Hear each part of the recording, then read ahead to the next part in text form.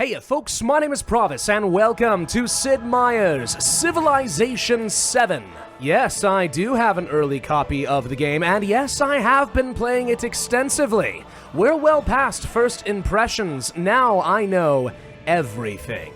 And I am very much looking forward to sharing it with all of you. But before we begin, I want to say a very big thank you to Xerxes and 2K, not only for getting me an early copy of Civ 7 and the Founders Edition, no less, but for also sponsoring today's video and the next couple of videos so that I can show you everything you need to know about Civ 7. Now be warned, Civilization VII is very different from its predecessors in a lot of ways. If I try to explain absolutely every tooltip, this will be a 3-hour video. Instead, I'm going to try to keep things at a reasonably high level, going into more detail as needed, and I think for the most part, you're going to learn best by simply watching as things unfold. Learning by osmosis, so to speak. But without any further ado, let's start up a new game. Now, obviously, one of the biggest changes in Civ 7 is you can mix and match your leaders and your civilizations.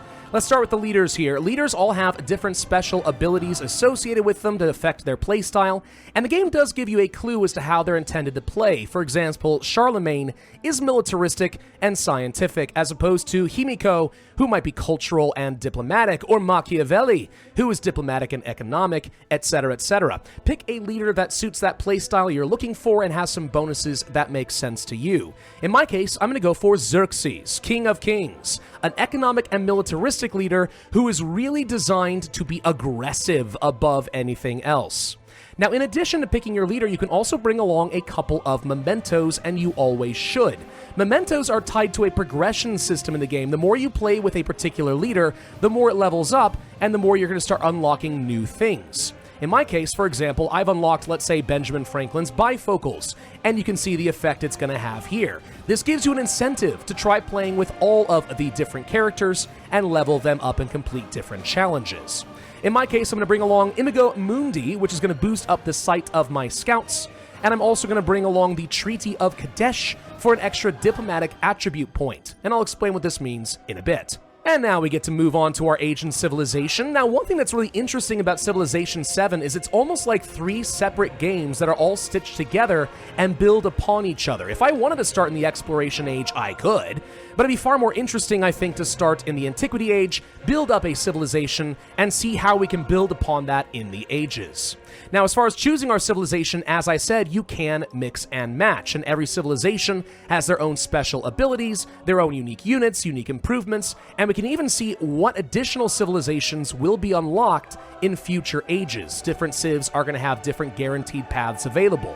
For the most part, though, I recommend starting off with civilizations that are designed around this character. For example, in this case, the Maurya or the Persians. This would be the historical choice. And you can see that our infantry units will get even more strength when attacking, which pairs up beautifully with Xerxes' other abilities. So this is simply a good synergistic choice, and I'm going to go for this. Beyond that, let's choose our difficulty. Dare I go for Deity difficulty? I'm telling you with experience, oh my gosh, it is tough in Civ 7. The AI is pretty dang competent. We're going to go for it. I fully expect to lose this game, but I'm hoping to have a really good showing for you. Everything else I'm going to leave alone. Standard speed, Continents Plus is actually, I think, the way the game really ought to be played, and then a small map size is still pretty decently large. Let's begin our first game of Civilization VII. And here we go. All right, I'm going to explain a lot as we go. For the moment, let's start with the very beginning. We have ourselves a founder unit, which is kind of like a settler. Not exactly, though. What's going to happen is when we place this down, we are automatically going to get a city instead of a normal settlement. Before we do that, though, what I want to do is go ahead and turn on all of our special decorative lenses so I can see our nearby resources and our yields, giving me some clue as to what's around us. Also, I want to take a look at the settler lens and just confirm we do have a source of fresh water nearby, which we do, so settling in place may not be a bad plan. That, hello, is a natural wonder. Uluru? Ooh, wait a minute. I may want to consider moving a little closer so I can grab this just a smidge faster. And I think that would be a good call. Yeah, we're going to move a little bit. We're going to move one tile over here. Now, unfortunately, this is considered rough terrain, which automatically ends my movement and my turn.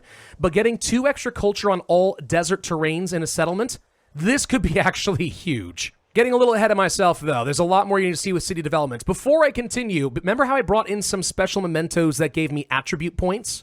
Well, if we take a look here at Xerxes, we can actually see these attributes, and this is almost like some sort of a talent tree for various different categories.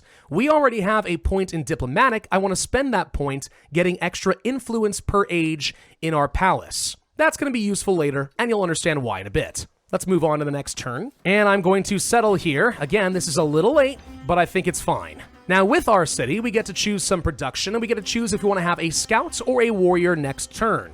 I always recommend a scout, especially because of the special mementos that we brought along with us. We're going to explore the terrain very, very quickly. A couple of the things that are worth explaining. Up over here, we can see that we are already working on agriculture as our first technology. That always gets done within one turn. We're also working on chiefdom as our first civic, and that will then lead into a totally different civic tree.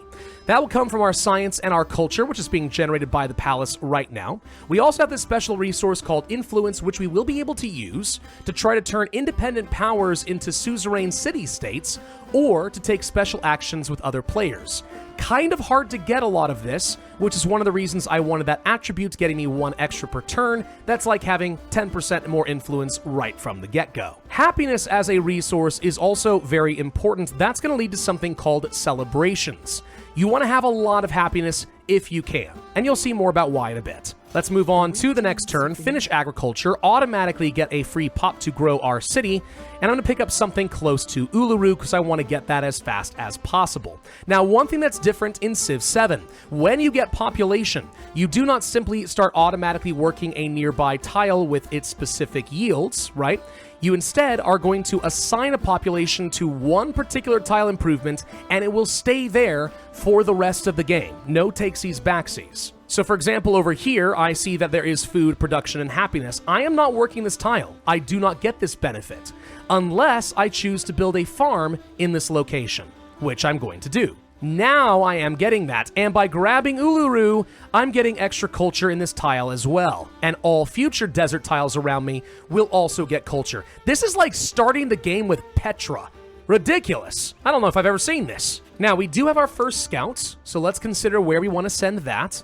I'm going to move toward a goody hut that I already see in this direction, a wreckage. We'll also choose our next technology. Now, what you pick here really depends on what kind of a warehouse you want. A warehouse is a building that we can construct, which is going to boost up the yield of specific tile improvements. So granary gets me extra food on all farms, pastures, and plantations. Now, if we wanted to go for, let's say, sailing, we'd have a fishing key. That's nice if you want to have a lot of fishing boats, but I'm not near the coast. Animal husbandry gets me extra production on camps and woodcutters with a saw pit. That will be useful to me. And pottery can get me extra production on clay pits, mines, and quarries, which I do see nearby with some iron. I think I'm going to go for the animal husbandry to start. And I'm going to produce another scout to start off. I want to really explore the world quickly. Hello, I see another scout over here. This is not a player. This is from an independent power. Again, kind of like the city-states and barbarians of this game. We're going to try to befriend them, though sometimes they do start off as hostile in this game. Now, going to this goody hut, every goody hut is a little bit different, right? There's many different types of goody huts, and also you can choose what rewards you want, 45 science or 75 happiness. 45 science is basically 4.5 free turns of science. Hard to say no to that. I'm going to go ahead and pick that up. Now, I do have a special ability with my scouts. I'm going to move once to get a little bit of movement here, and then I'm going to use search, spending the rest of my movement points to boost up my sight range by 1. But with my special memento, it's actually going to increase by 3, so I'm going to reveal a massive amount of the map, and by doing this, if there are any nearby goody huts, we will reveal them. For example, way up over here on the coast, there's a coastal edifice. So already way up here, I now know where another goody hut could be located. I don't see any others around us. I take that back. There's a tent camp over here.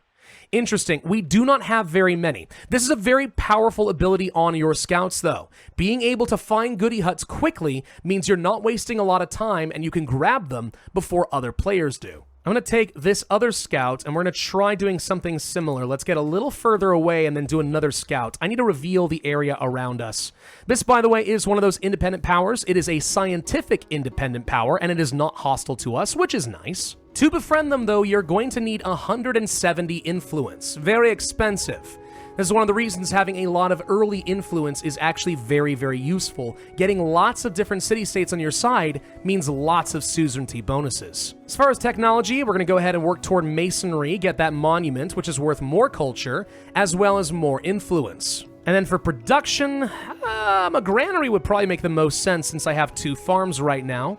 Question is where to place this. Now, buildings are unique in that you are going to be placing down an urban tile. That means you're not going to be able to extract resources from that tile ever again.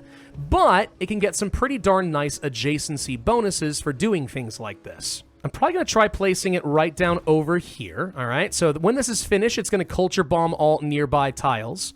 But by finishing the granary, we're going to get some extra food on these farms, and that helps me grow a little bit faster. Finding a lot of iron is interesting too, by the way. This is a global resource. By having this, all infantry units get more combat strength. That suits me well, because I'm intended to be a very aggressive civ with very strong military units. Finish with chiefdom means that now we will be able to get ourselves a government. Let's also take a look at our additional civic options. So mysticism may not be bad. Get ourselves a pantheon. I think we're going to do that. We also will now have access to all Persian civics. These are unique because we are playing as Persia. No one else can do this. And if we research them, their bonuses will carry over for the rest of the game. I love this feature. I like that every civ actually has a totally unique flavor to it. Really cool. I'm going to go for mysticism in this case, though. I don't see any threats immediately from our nearby neighbors, so I don't think I need too many military units right off the bat. Now, choosing a government may seem confusing at first. It looks like you only get, let's say, 20% culture and 15% production towards wonders for the next 10 turns, and then it's gone. No, not quite how that works. What's going to happen is every time you have a celebration, which is accumulating enough happiness, we will be able to choose one of these 2 different benefits. I'm going to go for oligarchy. The extra food is phenomenal, or I can go for extra production towards buildings. Despotism wouldn't be bad for me as well for military units, but there's really no way to go wrong with oligarchy. We also now have access to a social policy. Social policies are great. We get a policy slot over here every time that we finish enough happiness to get a celebration. This is where having a lot of happiness is great, so you can get a bunch of these. Since I already have a bit of extra culture, I'm going to go for tool making. Get me a little bit of extra production, get me a little bit of extra science, just to kind of even things out a little bit. Hello, another city-state. Miroi over here. Economic. That could be useful. And I think someone else just snagged the goody hut that was over here. All right, so there's another player. In fact, there he is right there. It's Ashoka from the Maurya civilization. Well, hello. So when you meet another player, you'll have an option. You can spend some influence to have a friendly greeting and get better relationships. Or you can spend influence to reduce your relationships, which means it's easier to declare war on them. But in my case, I'm going to do nothing, because I actually really want to stack up that influence and get some suzerainty bonuses. I'm not willing to sacrifice 2 turns of influence generation just to make somebody happy that I might want to go kill later on. Still no goody huts to be found over here, by the way. This is weird. I'm used to having a lot more of them. Well, we can grab this at least. Spend 1 turn of gold, so 5 gold for 40 food. Easiest trade of my life. Give me. That means we get to grow again. Now, when we finish this granary, the farms are going to be better, so picking up this would be tempting. We could also start working our way toward the iron, get the production. I think I'm just going to go ahead and pick up the farm, to be honest. I think that's fine. We may want to consider picking up some silk later on, too. 10% extra culture if we do get some silk. That's going to stack up beautifully with Uluru. We found another wonder. The Grand Canyon! Ugh, from my home state of Arizona. How I have missed you. Oh, we're really close to it, too. And there's 2 goody huts up here. And another one up over here. And 2 more. And another one. Holy crap, they're all over here. Get them. All right, the question is, what do we want to build next? We finished with the granary, so we have the extra food. We're up to 12. We could go for another scout. But I think what I want to do is get myself a settler and see if we can start grabbing some additional resources. Now, why does that matter? Well, we haven't talked about victory conditions yet. You cannot win a game of Civ 7 in the Age of Antiquity. All you can do is build up a really strong legacy, a foundation that will carry you to victory later on. And what we can do is go to this age progress meter up over here, and you can see we're already 8% of the way through the Antiquity Age, but we can see that we have different objectives for different legacies: culture, military, science, and economic. For a cultural legacy, you want to build wonders, up to 7, but 2 is kind of a minimum, so you don't go into a cultural dark age next age. Military is all about settling a lot of different settlements and ideally conquering as many as you can. Science is all about getting codices, which is kind of like having a great work, and you get those from some events or some exploration, but mostly you're going to get them from some different tech masteries, like writing, for example. This would get you a codex, and having a codex slotted into a library, like a great work, would get you some extra science. So get a lot of those, and that's how you get your science victory. Economic, though, is all about assigning a lot of resources. We haven't done that yet because I haven't got any resources, but I'm going to need a lot of them. Now, Ashoka over here is doing something called a diplomatic endeavor. That is to say, he is making an offer to us where he will get some happiness and I will get some influence per turn, which is actually great for me right now. What I could do is spend some influence and say, hey, I love this idea. Let's both get 3 happiness instead of you getting 2. But I don't want the happiness right now. The influence is actually phenomenal. Let's pick that up. Now we're going to get to grow our city. This is where I get to choose a resource here, and I want to show this off. 6 happiness right here is actually pretty good. But let's go ahead and pick up the silk. I want to show how this works. So by doing this, we are going to get a plantation, which means we get the extra food from our granary plus all these resources. And we also now have a resource, silk. If I click right up over here at resource allocation, we can see we have a certain number of resource slots in a city. And this is now getting me 10% extra culture. That's like an extra 1.7 or something on top of what I was getting. So this tile was basically worth 2 food, 1 production, 2.7 culture, and 1 happiness. I call that pretty good. There are a lot of different resources in this game, and mixing and matching them well is very important. I'm going to take the extra 75 happiness. This should make it much faster for me to get a celebration. Yeah, just shaved it down from 11 turns to 2 turns. That means I'll be able to get another social policy card sooner for an extra 2 culture. And over here, production in the capital or gold?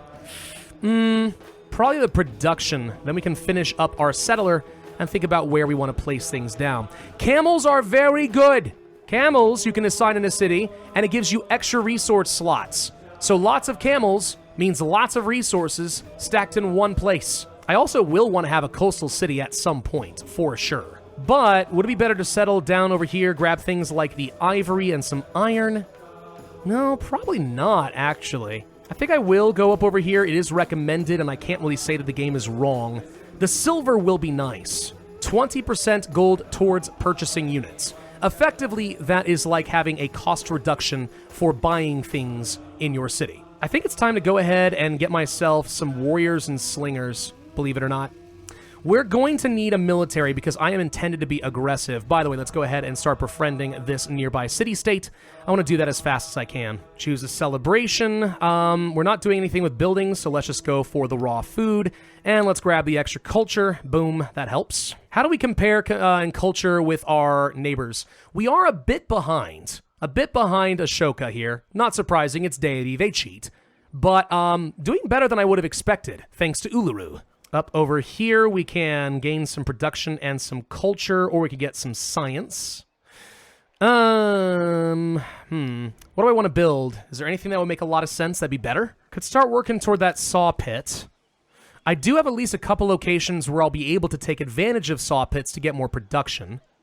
All right, let's go ahead and place that down in the same urban district. You can have up to 2 buildings in a single tile.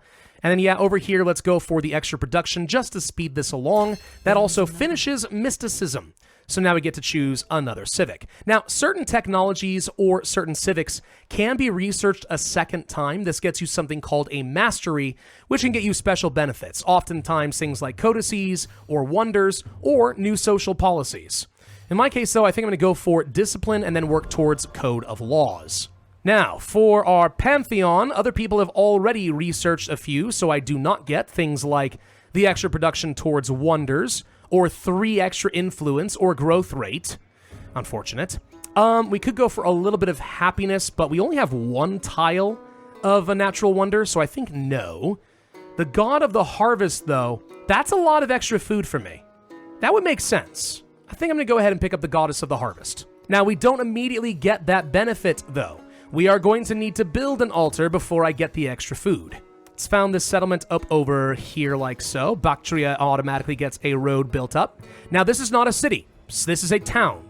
Towns are going to slowly start building up. They're going to suck up all the food and grow populations and grab nearby tiles. We could spend money, if I had enough, to go ahead and start building up additional warehouses or altars and so on in order to speed up its growth. Once it gets to a population level of 7, then we'll be able to specialize this and get extra benefits for any connected cities. Or we could spend money and turn this into a city. The more it has developed, more population, more buildings, the cheaper it is to convert to a city. So usually you want to spend a fair bit of time growing a town. Then you could consider an upgrade. Worth noting that all of your production in a town is not actually production. It gets converted instead into gold and sent to your coffers. I'm going to go ahead and grab those camels. Camels are good, and we'll just go ahead and assign it. And you can see here the capital city now has a lot of extra slots. Very useful for an economic victory, by the way. I have finished with my masonry tech.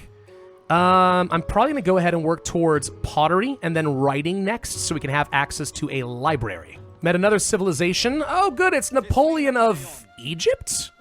Interesting. Well, again, I'm not going to spend any influence making you happy. There's a good chance in the future I decide I want to kill you, and I'd rather save the influence and just keep trying to get more suzerainty bonuses. There's another scientific civ over here. Let's see, we have a narrative events. These do sometimes happen. You'll get some special choices, kind of like little story events. Sometimes there's even follow-on events here too. An extra production on the palace seems great.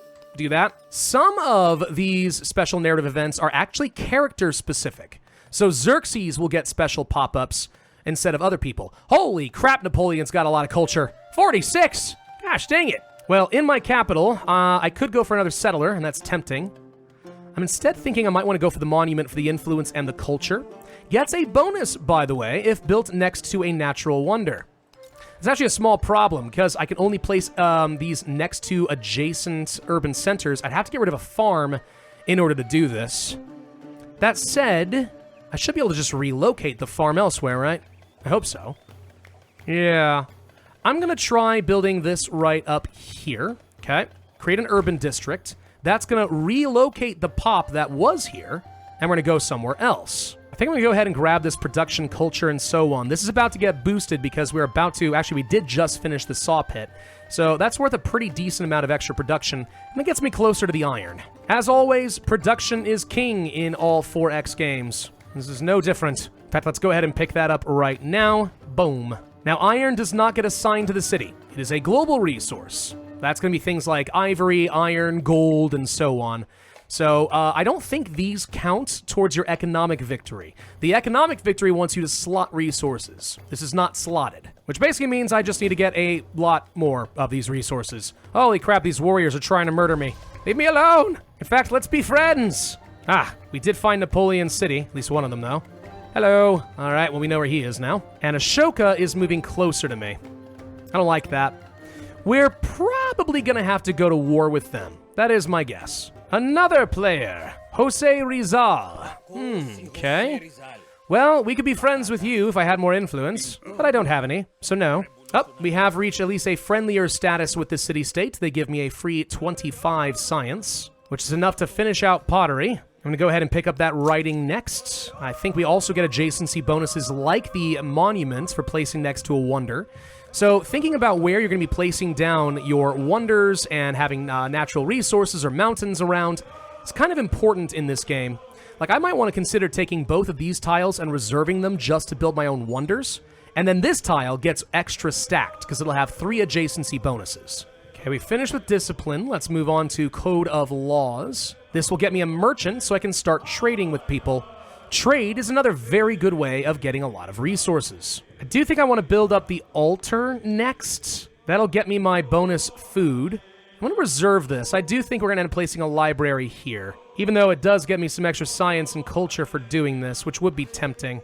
Very tempting. But we'll just place it over here instead. Should be fine. Now, we did get our first military leader for finishing out the discipline tech. Military leaders are interesting. These commanders here gain experience, but your military units do not. They can be promoted in a number of different ways, and playing as Xerxes, we actually start with initiative as a promotion, which means that units can move immediately after unpacking from this commander. That gives me a lot of maneuverability. You also get combat bonuses for being in the range of your commander. It's great having these guys. This is another change I love in Civ 7. I'm looking forward to showing this off when we start getting aggressive. Military commanders can pack up units. If I do this, for example, I'm going to suck up this warrior who was over here, and now they're all traveling as one cohesive unit. I can have 4 different military units traveling together with the commander, but when the time comes for war, I'll need to unpack them on the front lines and start moving them around as you would expect from every other Civ game. Oh, and we have finished getting suzerainty over Tiwanaku. So now we get to choose what we want as a bonus here. We could get a codex, and putting that in a library would be nice. We could get a special unique tile improvement, the Step Pyramid, extra science and happiness near rivers. That could be very good. Also, extra science for every city-state I'm a suzerain of, so if you have a bunch of them, this is good. Get a free technology when you become a suzerain of a city-state, including this one. The earlier you pick this up, the more benefit we get. And this is kind of what I'm going to go for. Suzerainty bonuses are great. Okay, we got the sailing tech for free. It may not be amazing, but it saves me a lot of time. Now, I'm going to get myself another settler, but after that I may want to consider going for some military units. I do think we're going to end up trying to steal this away from Ashoka. I don't like that he has it. And my scout just got murdered by a city-state. Well, thank you for that. What other tech might I want to get here? Could go for mastery of writing, actually, which would get me a codex. So this would be worth like an extra, I think it's 2 or maybe 3 science per turn just for doing this, which would be helpful for chunking through the rest of the tree. Bronze working, on the other hand, gets me my special antiquity units, the Immortal. And once I have a bunch of these, then we start murdering. I think we're going to go ahead and go for the mastery. We're going to get that codex. That's going to speed everything up because 12 to 14 or 15 science would actually be a pretty sizable boost for me right now. But I do want to focus on military tech. Our only strength in this game is murdering other people and stealing their stuff. Now with this settler, I think I'm going to move up over here. There's a decent number of resources to grab, and all these global resources aren't going to help me get an economic victory. Let's move up over here. I think it's still a pretty decent spot, next to a large navigable river, by the way, which means this city will actually have sea access, even though it doesn't look like it. Ashoka is denouncing me. Okay, our relationship's going to go down. That's important to note. So one thing we're going to see over time is that our relationship will deteriorate until we become hostile. And when you're hostile, you are able to declare a formal war against another player. If you do that when you are not hostile, it counts as a surprise war. Surprise wars are rough because it gives the other player a lot of defensive advantages. Anyway, let's go ahead and build up that library. I want those bonuses. Aha! We have our first unique quest line. Xerxes is a god, or Xerxes is a great king. Have 2 altars or have 2 monuments. Well, to do this, I'm going to have another city. Or, I guess I could just buy an altar, actually. This isn't too bad. Sure, Xerxes is a great king. Then I could go to a place like Bactria, and if I want to buy an altar, I can. The Code of Laws done. Would it be worth going toward things like tactics? Citizenship with castes is a very good policy, could be useful. We can work toward those Persian civics, cheaper maintenance on units, and also a special policy 50% production towards infantry units. Holy crud. Yeah, if we do that, I'll be able to get a huge army. Now, I did get a merchant. I could go trade with Rasilla over here. I'm going to, even though I know I'm going to be hostile at some point, because this will build a road. And that actually should make it a little bit easier for me to get into the rest of his empire. Also, there's like no one else immediately in range. It's gonna be a while before this merchant gets any value. There we go. We have our trade route, which at least for now actually means I have some extra silk I can put in the city, which is worth a little bit of extra culture for now. Anyway, do we start training up additional units? We could. Getting Petra would be so interesting right now. I have so much desert terrain. 19 turns is a little on the long side. But man, if I could get Uluru and Petra in my capital, whoo! Might be too aggressive though. Might be better to go ahead and continue getting some slingers and stuff for now. And I will. For now, it should hopefully ward off Ashoka from attacking me too early. Let's grab irrigation tech. I really want to work towards bronze working and get my special unique unit online. Yeah, he's actually moving military units towards me now that I see it. I just saw an army. I think he's heading towards me. Well. That'll be interesting. Let's move forward and unpack some units on, let's say, I think this river. No, actually, you can't do that. You cannot fortify on a navigable river. It's too wide. But what I can do is pull back here, and next turn I will begin fortifying this area. So if he wants to attack me, it gets costly. Gonna pop up here a story to tell. This is a very easy way to get an extra codex, helping you towards your scientific victory. So I generally recommend picking that up. We do get some more science from these guys. So we're well on our way to getting 2 more suzerainties up and running. Over here, I don't see anyone befriending Cirta. Let's see if we can grab another one over here. Remember, we get a free tech every time I become a suzerain now. I think I'm going to go ahead and get Mastery of Mysticism. +2 food in all settlements means everything grows faster. That would be very useful to get. Actually, not sure where Ashoka's units are moving. I see them moving around over here. There's an army commander. Is he going straight for Tarshish? He might be going for Tarsus. In which case, I'm about to be attacked. Yeah, he's hostile to me now. He can totally declare a formal war. Knowing that's the case, I'm going to spend some money. I'm going to buy ancient walls around Tarsus to make it a little bit harder for him to do anything while I get in position. I do have some military units nearby, so, like, we can fight this. Yeah, see, there's an army right there. And now he can deploy all of them. Like, really quickly, just go, boom, there's an army on your front doorstep. Needless to say, that would be a little bit spooky, and I don't like it. Actually, he's still moving north. Are you going to go try to kill these guys? That'd be an odd choice. You have 2 turns to arrive and kill them before they become my city-state, and we'd end up going to war anyway. Yeah, I think that's exactly what he's doing. I think he's going up over here to try and take this. Huh. There's so many enemy slingers heading this direction. Like, legitimately, Ashoka is building a huge army. It'll be fine once I have my immortals, but we're still quite a ways away from that. Well, up over here, what do I want? Get extra science for every city-state I'm a suzerain of. This would be worth like an extra 3 science right now. I think I'll take the codex. It does get me science, but you can see here it gets me the milestone complete. So if I take a look here at the age progress in science, we've now hit that first milestone. This is important. You want to hit a first milestone for everything if you can, because if you do not, by the end of the Age of Antiquity, your next age will be a Dark Age in a particular category. You could have a Golden Age in military, but a Dark Age in science, depending on how you play. I'm now leaning towards we go on the offense against Ashoka. I don't know what he's doing with his army.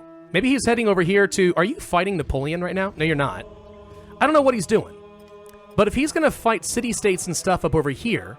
Maybe if he's out of position, I can go take him down. And I've got city-states with units all over the place to go and fight you too.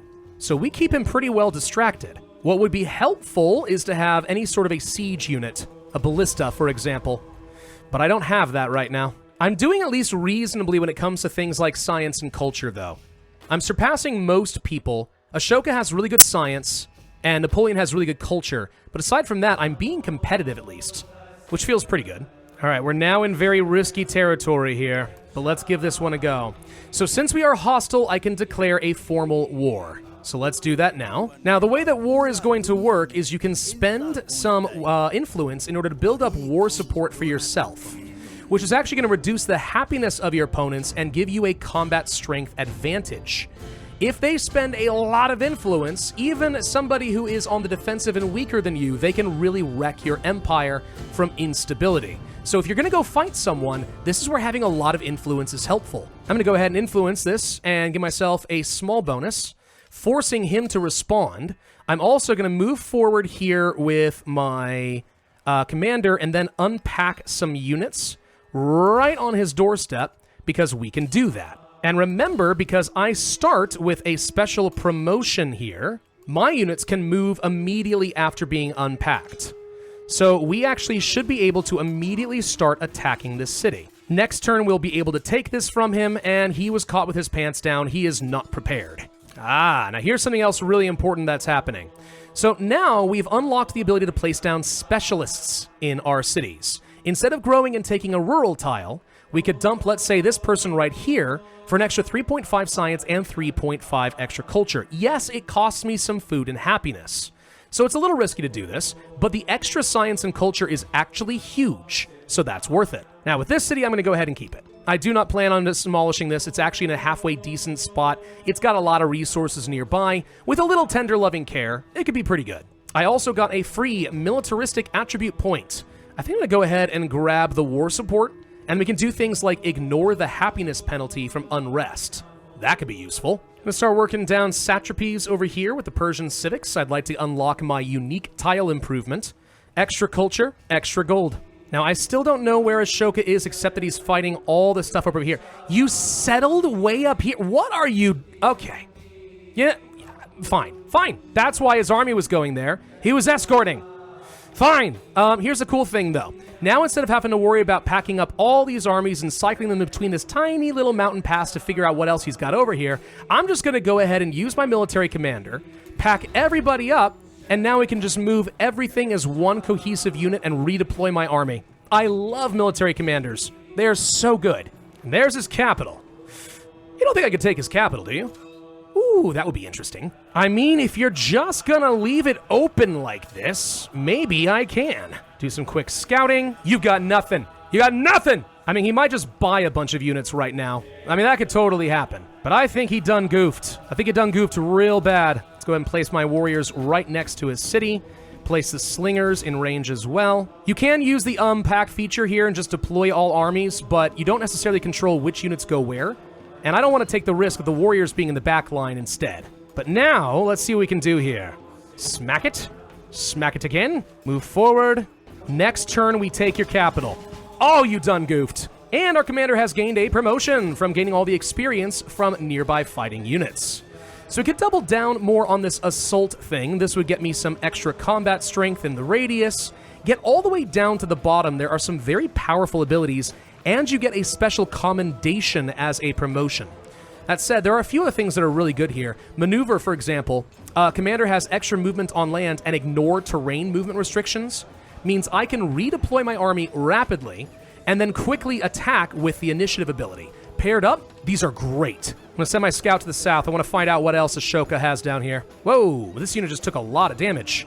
Oh, he's got an archer over here. Hello, how'd that happen? Answer, he trained it, which is fine. I'm going to move this warrior out of range. I was going to try to pillage, but I guess that's not an option for us. I guess instead we'll just take the city. There we go. Another milestone for the military. Pax Imperatoria. So at this point, we've now settled, quote-unquote, enough cities, but you get double points if you conquer some cities. So now we're not going to be in a militaristic Dark Age, plus we're guaranteed to get some extra attribute points at the end of the age. And we've unlocked the Normans as a potential future civ because we have 3 sources of iron. Do I keep or raise the city? Answer, I 100% keep this.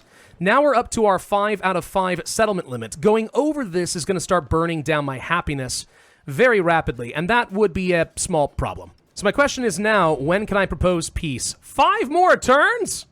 All right, we got to hold our ground for a bit. Would probably help if I came in here and, let's say, bought myself a slinger. So if this guy comes down the navigable river, we smack him. And there's his other city down here, Samapa. Could probably conquer that too if I really wanted to be crazy. But Petra is now done. All right, with Petra, my desert city just became amazing. I mean, let's be honest, it's hardly a Civ game if you don't go for a Petra city, right? I mean, that's the meme. So if I can build one more wonder, we actually would be able to get out of a cultural dark age. Tempting. But for now, there are more important things I could be doing. Like maybe getting a bath and a market online next to this navigable river. Or maybe another merchant so I can get more trade. Who would I trade with, though? Napoleon's a little out of range. He's going to be kind of tough. Maybe it would be worth trying to just go for the Hanging Gardens and then just boost up those adjacency bonuses. Not to mention 10% more growth rate in all cities plus an extra attribute point. I think we're going to go for it. 9 turns. Just go ahead and build up the Hanging Gardens. Let's try for it. I do not like that my city-state up over here is probably about to die. There's really not much I could do. They don't have any military units, so I can't bolster their military or do much else. Yeah, they're going to die. Which sucks. That said, I still got my free technology for having them, and I got my codex.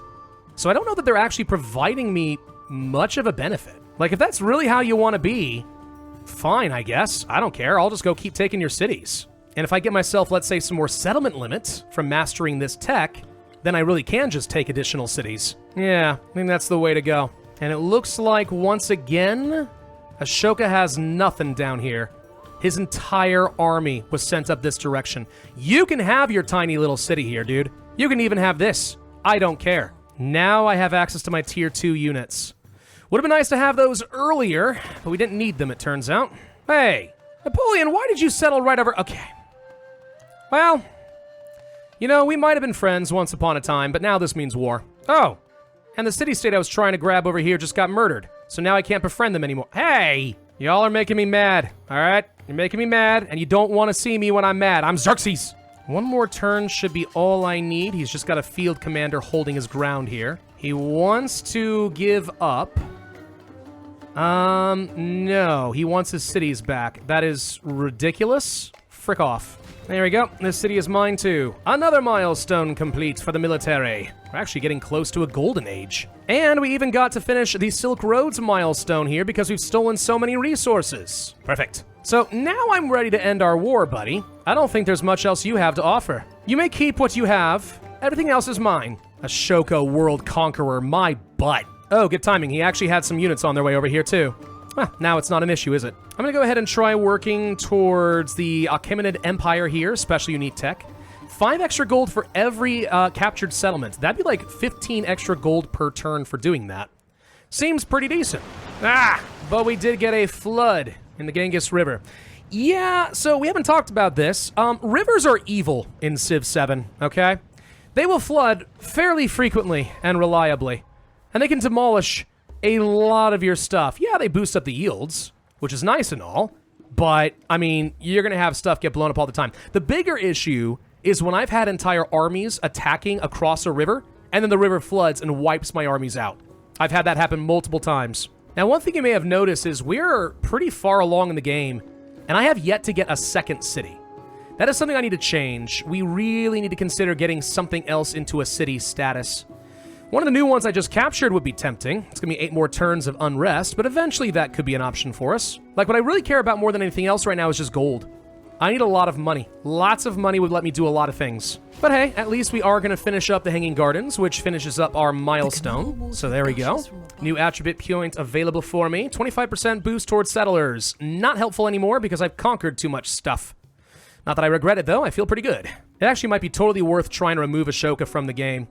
Or at the very least, I wonder if I can release my former vassal and get their bonuses back. I actually don't know if that's the case. Maybe. All right, Tarsus, let's go ahead and convert you into a proper city. Let's just do this permanently. Now, one thing you need to be aware of, though. At the end of an era, the Age of Antiquity, all of your cities will get automatically downgraded back down to a town, except for your capital. The only way to avoid this is to get such a strong economic game you get all the way to the Golden Age effect. Then we will be able to prevent them from downgrading. But that's going to take a fair bit of work. Now we do get a free attribute point here, expansionist or militaristic. They're both good. I'm going to take militaristic, and with that, I'm going to get the penalty for happiness removed, and then next time I can either go for extra combat strength for all units against a district, which is great for siege, or I can get an extra settlement level, which means I can have more stuff. Either way, I think I win if I get more militaristic points. Now, in Tarsus, I have access to everything that I previously had been missing. Getting some libraries up and a-running seems like a very good idea. A barracks would be worth a bit of extra production for all adjacent resources. That makes this a very enticing spot. But it might be better to go for things like baths and stuff for now. Help the city grow really quickly? Maybe. Let's get the barracks. +5 right here is a really solid amount of extra production. Now, other players are all building out the great wonders I might want, which admittedly is going to be a little bit annoying. It's going to be harder and harder for me to get a cultural victory if the other players keep building things. This is one area where I'm a little bit nervous about things like deity difficulty, where the other players have such an advantage, they may be able to just outscale you and deny you culture victories from here on out. I don't know that's how it works, but it is something I'm nervous about. Now, in my little town of Bactria over here, I've let this continue to grow for a while. And the reason I've done that is because if you leave it as a growing town, it grows by 50% faster, so I can grab more resources. And I could do this to try and get things like the extra pearls and fish, but At 10 population with 30 turns between growth, it's going to take too long. So now it is totally worth trying to swap over to a different focus. If I were to do a fishing town, that is a lot of food, and I think that's what I want to do. Mining towns are another decent option, but no, let's go ahead and do this. Now the thing is, I told you earlier that all of this town's production is converted into gold, and that is still the case. But by choosing a specialization, now all the food of this town is going to be sent to your connected city instead. So no longer will this town ever grow again, but now my capital will grow quickly. So my capital is effectively up to 31.5 food now. It's pretty quick. Now I am looking over here at the Mississippians. Wondering if there's a way I could take them down. Not easily. They've got a lot of tier 2 special range units with fire arrows. Fighting them seems like a very bad call. I could save that for later. If there's anyone who's in this game that's a threat to me right now, it's probably Napoleon. Maybe it would be worth deteriorating relationships with him and seeing if we can take out anything, like his capital. Something along those lines to really weaken him. Or maybe just grab Geptu and get the iron. If I wanted to do something like that, we would want to denounce Napoleon and start burning down our relationship. Again, I do not ever want to declare a surprise war. They would get 200 influence, lots of war support. This would be a very easy way for them to destroy us. But I am going to denounce, because even though it's probably not a good idea to have two enemies on the same continent, we got to keep conquering. I mean, I feel like we're doing really well for ourselves right now. We're basically keeping pace with the Deity AI, with exception of Napoleon and culture. But we're only halfway through the age, and we've pretty much destroyed one of our key rivals. If that's not pretty good, I don't know what is. These upgrades with this Paradise, by the way, are really good. Oh my gosh. You can stack these up on top of things like your farms and stuff, and look how many yields they still get. This is great. That said, might be worth trying to get more military units together so we can go kill people. Also, might be worth getting myself another city. I'm going to do that over here with Pataliputra. Now I have full control over this city and everything it does. By the way, notice how important some of these specialists are. 3 science, 3.5 culture here. Pretty good, thanks to all the adjacencies that are happening. These get really ludicrously good later on in the game. Once you get to the next ages and you can start stacking up massive adjacency bonuses, that's where specialists really start to shine. Relationships aren't burning down quite fast enough. Let's try doing things like stealing some of their technology. You know, if we succeed, great. If we get caught, okay, fine. It just actually reduces our relationships a little bit. I win either way. Oh, for God's sake. Ashoka built another little village way down here. Why do you keep doing these things? Why do you do this to yourself? And me? Well, it's not going to last long. Apparently, this nearby independent power has decided to murder them. Well done, Arna. Got our next militaristic point from an event. Against districts, this is really good. It really is. The settlement limit would make it easier for me to get my militaristic golden age, though. I think I'll take that just to kind of help guarantee that I'm going to be able to get what I want. And that is to say a golden age. I don't know if it's going to work, but it might. We have another milestone in Silk Roads from all the resources that I'm stacking up. Good. So the only thing I'm really lagging behind is culture, and that's just because I'm not building wonders. The military is looking solid. Science, we're getting there bit by bit. Economic, looking pretty solid. We even get an economic attribute point. Sure, a little bit of extra money never hurt. Man, why is it so hard to get this guy angry with me? Come on. There we go. Now he's getting kind of unfriendly. He didn't like that I stole his stuff. And fair enough. I am going to do things to try to hinder you, such as your military production. And we've hit 70% progress in the Antiquity Age. That means that we are beginning the crisis. I've seen many different crises in this game, ranging from barbarian hordes to plagues to mass unrest and revolutionary movements. We're going to find out just how bad this is going to be. Healing it feels like it might be the plague. Cool. So infected settlements could get some science but lose gold. Or happiness and altars but lose gold. I'm going to go for prognosis. In the crisis, you don't have a choice but to take bad cards. You just take the least bad ones you can. That's the moment I was looking for. Now we're hostile. Now I can declare a formal war. So, no reason to delay. Let's go ahead and get this under war. Gosh, dang, dude. Okay, yeah, show your teeth more. I'm sure that'll scare me away. So, we're going to move forward of Amiens, and we're going to deploy our units. This navigable river's actually going to be difficult to get around, though. Not a fan of that. But he's only got one defender. That means it should be pretty easy to take down. But the vegetation's in the way. I can't use my ballista to shoot the city. That's a problem. I can use regular archers. It'll work. I'm gonna take a risk and swap places with the ballista. He might run out to attack me, but I gotta do some damage to these walls before I can hit the unit. Or he's gonna do absolutely nothing. Okay, that's preferable, actually. Just stay there. Another crisis since we've hit 80%. Plagues are now growing stronger. Scary. So now we have to choose another one of these cards. Whenever a city gets infected, there's a migrant, but we grow slower. Less healing? Oh, boy. I think I'll take less growth in cities. We've grown pretty well up to this point. Another milestone toward our great library. We have more codices. Good. I mean, overall, again, aside from culture, we're doing pretty well. We've hit the milestones for 3 of the 4 categories. One more wonder would all I need here, too. We could do that. This takes care of Geb 2. We just walk in and take the city. Mine. Now we could be Songhai if I want to. Hilarious. Well, we're going to be keeping this. I know it's got a lot of iron and stuff like that. Not the best city in the world, but it's something. Now, I could settle a city right up over here and grab some more resources, and I do want to do that. I'm nervous that if I do that, though, we're going to trigger an end of the age a little bit too fast. So I think we only need 1 more point. 1 settlement is all I need to get a golden age in military. That gives us 10 extra age progression. When they say 10, do they mean 10%? At 200. So no, not quite 10%, but a lot. I could hold off on this until we get close to the end of the game. I would love to build some more wonders before the end of the age. Just 1 more would be nice, but I don't have access to a single other wonder so far. There we go. Hang on. Pyramid of the Sun. I could build one of these. Yes. Let's try to do it. I just need to get 1 quick wonder.